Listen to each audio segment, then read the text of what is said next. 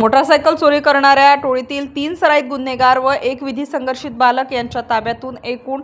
10,40,000 रुपये किमतीच्या 15 चोरीच्या मोटारसायकलसह जेरबंद। गुन्हे शाखा युनिट क्रमांक 1 ची कामगिरी।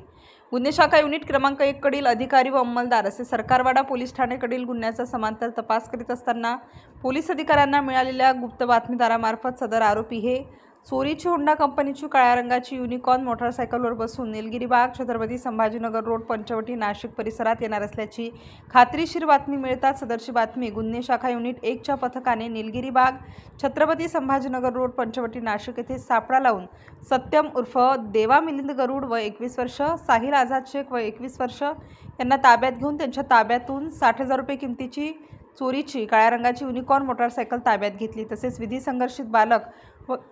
खेडगाव येथील विकास बन्सीलाल कुमावत वय 23 वर्ष यांच्याकडे विक्रीकरिता दिले असल्याचे सांगितल्याने सदर इस्माला ताब्यात घेऊन त्याच्याकडून 9,80,000 रुपये किमतीच्या एकूण 14 मोटारसायकली मिळून आल्या। अशा एकूण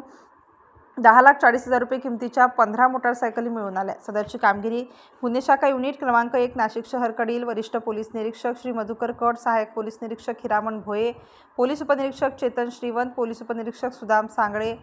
पोलीस हवालदार महेश साळुंखे, पोलीस हवालदार रवींद्र आढा, उत्तम पवार, देविदास ठाकरे, रोहिदास लिलके, योगीराज गायकवाड, धनंजय शिंदे, पोलीस अंमलदार विलास चारोस्कर, गोरक्ष साबळे, राम वरडे, आप्पा पानवड, राहुल पालखेडे,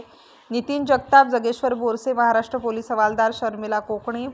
महाराष्ट्र पोलीस अंमलदार अनुजा येलवे, मनीषा सरोदे, चालक श्रेणी पोलीस उपनिरीक्षक किरण शिरसाट, पोलीस हवालदार सुकाम पवार, पोलीस अंमलदार समाधान पवार अशांनी ही कारवाई केलेली आहे। स्टार न्यूजसाठी मोहसिन पठाण, नाशिक।